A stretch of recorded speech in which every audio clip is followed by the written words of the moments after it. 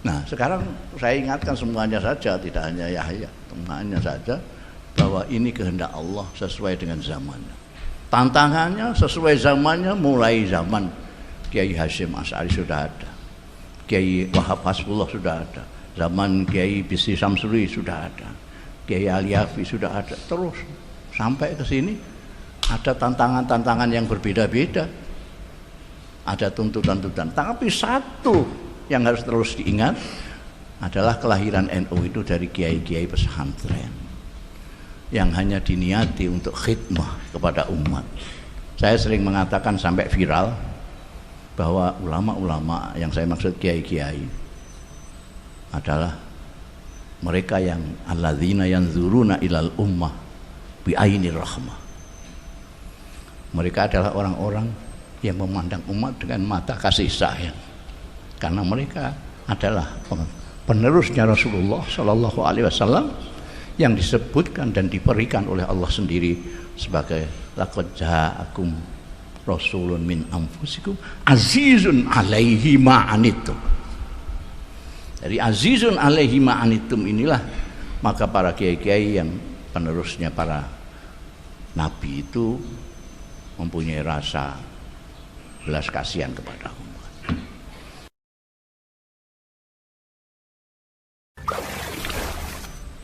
Assalamualaikum warahmatullahi wabarakatuh. Alhamdulillahirabbil alamin. Wassalatu wassalamu ala asyrafil anbiya'i wal mursalin sayyidina wa maulana Muhammadin wa ala alihi wa sahbihi ajma'in, amma ba'd.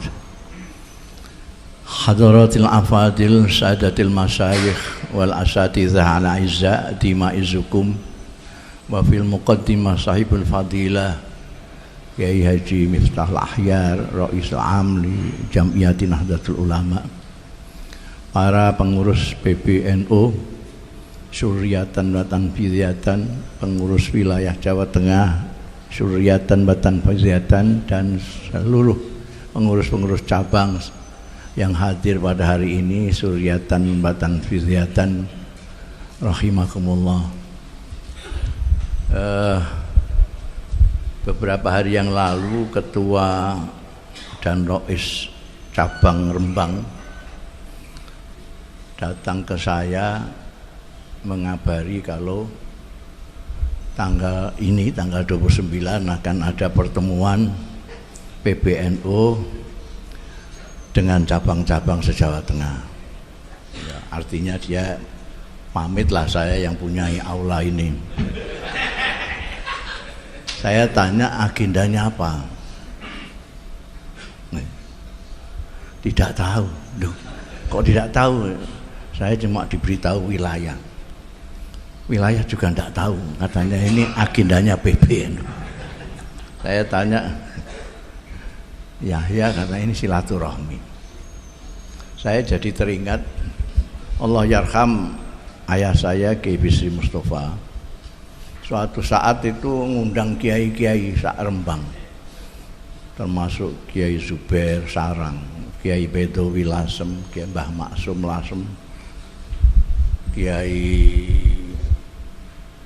Hafid Rembang, Kiai, pokoknya kiai-kiai diundang ke sini, dan yang ngundang santri disuruh bilang ada acara penting sekali.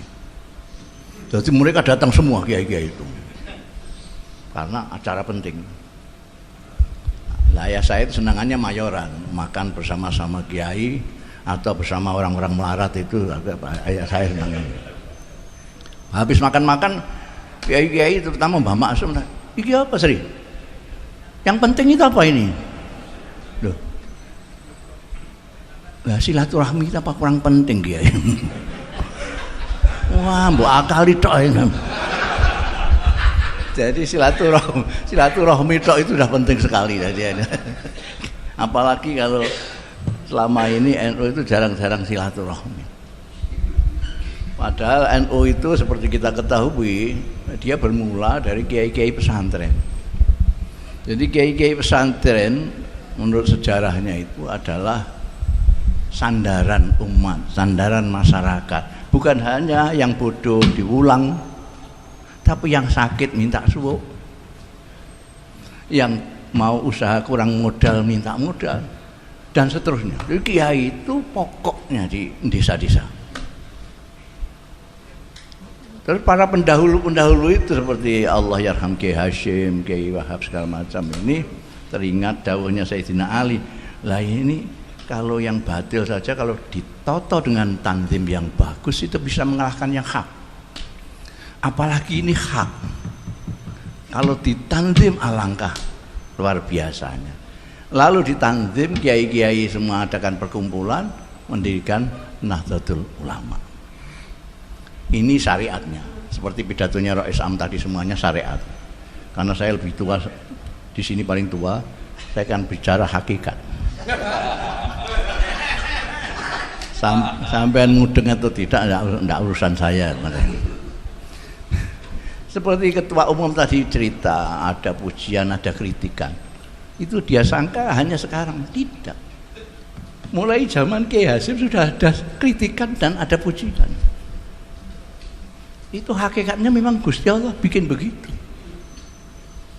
Tanda gambar NU itu bukan ciptaan pelukis, bukan. Kalau tanda gambar PKB itu saya yang bikin.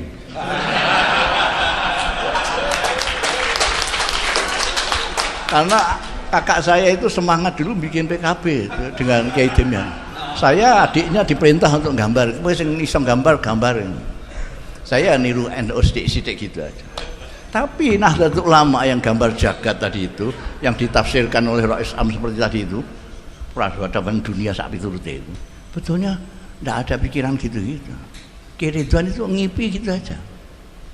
Ngipi ada gambar seperti itu. Lah sekarang orang tidak tahu kalau tampar tali yang mengelilingi jagat itu, buhulnya 99. Tidak ada orang yang tahu itu, termasuk mungkin yang PB juga nggak ngitung itu. 99 bintangnya di atas sekian, di bawah sekian, itu ada artinya semua. Padahal itu mimpi. Pada waktu itu didirikan, banyak kiai-kiai pesantren yang tidak setuju, yang kritik, ini ngapain kok diginikan barang itu, kayak londo. Oh dulu yang sing bangsa tertib-tertib kok londo. Ini bangsa kiai-kiai yang dirasa tertib-tertib lah pokoknya jalan itu. Pada waktu itu sudah ada kritikan, pujian juga sudah ada. Kiai-kiai yang menentang juga ada, yang ikut juga ada.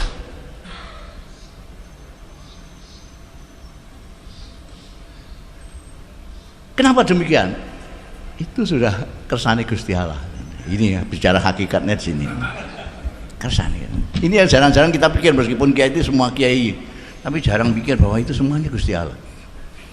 Kenapa yang ngotot jadi jamiah itu Kiai Wahab, tapi yang jadi Kiai Hasyim Asy'ari? Ketuanya cuma Gipo, Haji Gipo itu. Tidak ngalim tapi bisa bahasa Belanda. Itu Gusti Allah semua. Sampai zaman Kiai Wahab sampai Kiai Bisri Samsuri, terus ke sini. Semua sesuai dengan zamannya, sesuai dengan kehendak Allah Subhanahu wa taala. Sampai sekarang ini, saya itu hampir setiap muktamar NU selalu dicalonkan. Atau ketua umum atau rais am. Ngeceni sampean. Di Lirboyo saya dicalonkan ketua umum, di Solo di Jombang saya dicalonkan dari Rais Am, tapi tidak pernah jadi. Kenapa? Karena Allah tidak menghendaki. Bicara hakikat lagi. Kebalikannya Kiai Miftah Ahyar, beliau tidak ingin. Kenapa saya tahu? Karena saya ikut milih beliau. Saya termasuk ahlul aqdi, al-halli wal aqd. Jadi saya tahu beliau tidak ingin. Jadi rodok kepeksa ini Rais Amnya. Ya, yang kepengin jadi.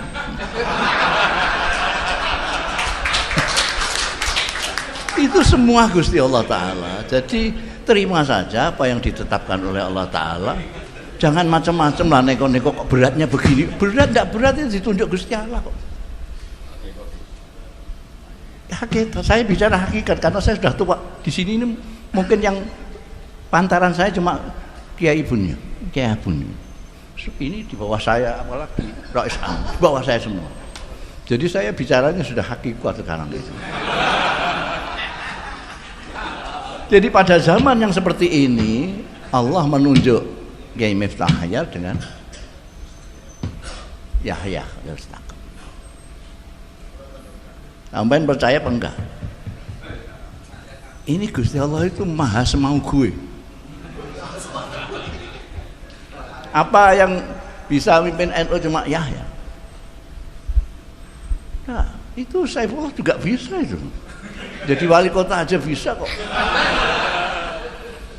Tapi dia sekarang hanya jadi kongkonannya Yahya toh. Itu Gusti Allah yang musiknya, itu Gusti Allah. Karena itu kita harus kembali kepada Gusti Allah. Apa-apa yang kita lakukan ini karena Allah yang menentukan, kita cuma pasrah. Kita diperintahkan untuk berikhtiar, kita ikhtiar. Tapi jangan mengeluh, ini pekerjaan banyak sekali, tantangan banyak sekali ya. Kamu yang minta sendiri kok. Kamu kalau ingin nganggur ya enggak usah nyelon, enggak apa-apa. Ini jadi Yahya itu memang cari kerjaan. Cari kerjaan. Dia ada sifatnya yang berbeda 180 derajat dengan saya. Saya tidak suka kerjaan. Makanya saya pengangguran abadi. Paling enak jadi orang pengangguran. Enggak ada yang maido, enggak ada yang ngeritik, enggak ada yang muji juga enggak ada orang nganggur. Nah, tapi Yahya itu cari kerjaan. Sudah ngomong sama saya tahu karena dia ngomong sama saya. Saya mau cari kerjaan di NU. Dia punya ide gini. Ya silakan usahakan itu. Muga-muga kasil. Orang mau muga-muga kasil, muga-muga apa yang kamu inginkan itu bisa kamu laksanakan kerjaan itu. Nah sekarang saya ingatkan semuanya saja, tidak hanya Yahya, semuanya saja, bahwa ini kehendak Allah sesuai dengan zamannya. Tantangannya sesuai zamannya, mulai zaman Kiai Hasyim Asy'ari sudah ada, Kiai Wahab Hasbullah sudah ada, zaman Kiai Bisri Samsuri sudah ada, Kiai Aliafi sudah ada, terus sampai ke sini ada tantangan-tantangan yang berbeda-beda, ada tuntutan-tuntutan. Tapi satu yang harus terus diingat adalah kelahiran NU itu dari kiai-kiai pesantren yang hanya diniati untuk khidmah kepada umat. Saya sering mengatakan sampai viral bahwa ulama-ulama yang saya maksud kiai-kiai adalah mereka yang alladzina yanzuruna ilal ummah bi ainir rahmah. Mereka adalah orang-orang yang memandang umat dengan mata kasih sayang, karena mereka adalah penerusnya Rasulullah Shallallahu Alaihi Wasallam yang disebutkan dan diberikan oleh Allah sendiri sebagai laqad ja'akum rasulun min anfusikum azizun alaihi ma anittum. Dari azizun alaihi ma anittum inilah maka para kiai-kiai yang penerusnya para nabi itu mempunyai rasa belas kasihan kepada umat. Sehingga kalau ada kiai kok tidak punya belas kasihan kepada umat, ada umatnya bodoh tidak diulang, ada umatnya minta bantuan tidak dibantu. Nah sekarang ini itu ditanzir menjadi organisasi.